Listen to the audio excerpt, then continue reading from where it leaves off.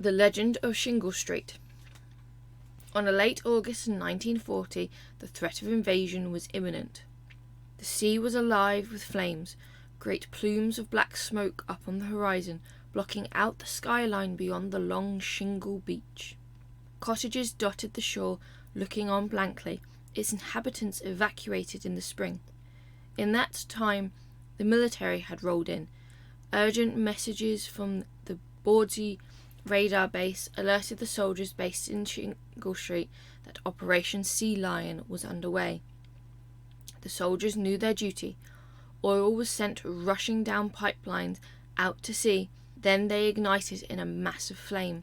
Fire roared loud through the night, sizzling and bubbling ocean that it rested upon. But nothing could drown out the cacophony of screams. Those there would never forget the screaming or the flames of that night, the stench of burning flesh or the reek of boiling oil. It would follow them into their dreams, haunting them on quiet nights, the glowing of flames flickering behind eyelids. It was a secret each had to take to their grave. No one must know the truth. No one must know that Britain may have fallen. No one must know of the German invasion of that night. In Oldborough, it was a bustling night. The nearest locations from the evacuated villages were Oldborough and Felixstowe, so all the off-duty servicemen gravitated to them to enjoy a cheery evening. Music played in the Jubilee Hall. Dancing and laughter all took place as young women and men tried to forget the war for an hour or two. A quiet night with not a single aircraft being heard until the lieutenant came in. "All right, boys, your leave is cancelled. Duty calls. Hope you enjoyed the dance. Now get moving. Outside. Now. Cars are waiting to transport you." Men scrambled to obey. No one knew where they were being taken, but no one questioned. They spilled out into Crab Street, noticing the night sky alight with a blood-red glow. It was as if the world was ending. "Best keep quiet about that. Now, move it!" growled the lieutenant as the boys climbed in. "Remember, there is a war on." A war indeed.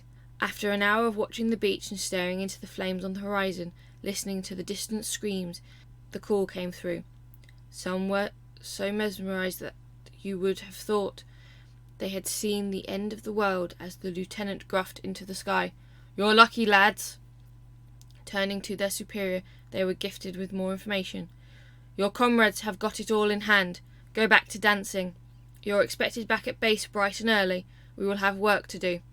Everyone piled back into the village, some with long-drawn faces and shaky attitudes. Some went back to the Jubilee Hall, others to their bunks at base. Music started again, though the laughter was diminished. They escaped the night and would do anything to escape the flaming sky full of screams. At Blitz, just a mile or so away from Shingle Street, it was harder to escape the flaming night sky. Most people were already asleep behind the blackout, but others were not so lucky. The faint screams emitted in the night sky pierced them to their core. Some, like Bob Dunn, went out to investigate. Bob was already on his way outside for a quiet smoke, to overlook the horizon, as he usually did from the cliff face. But no sooner had he stepped out, had the cigarette slipped from his fingers. He stared at the horizon, the burning sea howling from screams as well as roars of flames. Up the coast, as far as he could see, spreading like a disease from Shingle Street out along the horizon. Transfixed, he would stay and watch as the fire burned and the smoke plumed the night sky black. Here and there he could swear he saw ships between the flames before they were consumed once more. First light led to the dying of flames, yet they still danced behind his eyes. Stumbling down from his house on the cliff, he tumbled towards the beach. The sound of lorries and men could be heard amongst the birdsongs, and curiosity got the better of him. Khaki-tarped lorries and soldiers scattered the beach, men picking up black mounds and hefting them into the lorries. No one noticed him at first as he walked down to the beach. Once in full view he froze. The beach was littered with bodies, blackened and burnt, distinguishable only by the curled limbs reaching out. He He watched as soldiers gathered them and slung them into lorries. None had noticed him, but he must have made a sound, for a sergeant looked up and marched towards him. "Oi! What are you doing here?" Bob stuttered in shock. "I live here," pointing back up to the cliff where you could spot his little house. The sergeant glared up the cliff to the cluster of houses before he pursed his lips in a scowl, and his glare pierced Bob. "Well, sir, you have seen nothing here. We weren't here, and neither were you. Not a peep. This is a military exercise. Now get lost. And remember, there is a war on." Bob scrambled back home as fast as he could. Down in Felixstowe, soldiers stationed at Landguard Fort were roused before dawn and ordered to get down to the beach. When they got there were more blackened bodies littering the beach, and lorries getting them. "Get these out of here," yelled the sergeant. They followed orders and deposited the bodies into lorries, though some would swear they saw pieces of uniform that looked distinctly like the Wehrmacht uniforms of their enemy. "Now, get back to base. Forget about today, and if I hear you blabbering information, it will be a court-martial faster than you can think." The men muttered amongst themselves as they headed back to base. The lorries carrying the bodies disappeared from their view. "Not just a raiding party, eh?" "Hardly. Look at them. How many were there?" "I lost count. Did you see the uniform?" "No." "Why?" "Seems the Jerrys tried to get jump on us last night." "Looks like we got the jump on them." The war moved on. Rumours spread, but no one knew who started it. Theories on how the night lit up. But nothing was mentioned about the bodies on the beach.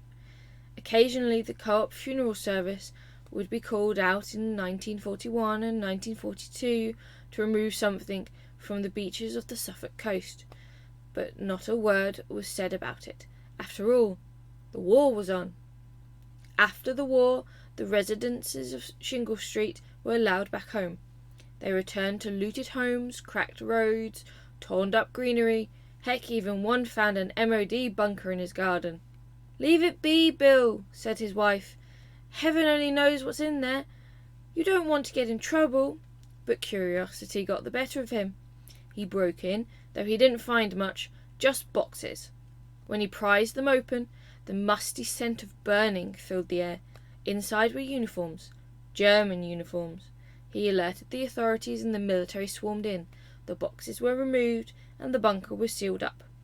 "You keep out of there and forget about it," they said to Bill. But no one quite forgot. But no one told. Rumour and hearsay spread into legend, keeping the story going even to this day at Shingle Street and Bordsey. When the tide and weather is right, a layer of blackened beach is revealed. Tongues wag and the legend grows, and bits of molten metal get found lurking just under the pebbles. In the May of 1940, threat of invasion ran rampant throughout the United Kingdom. Evacuation into the countryside was in force, and some areas close to the borders were evacuated. The coast of East Anglia was one such place. What happened in Shingle Street may never be fully known.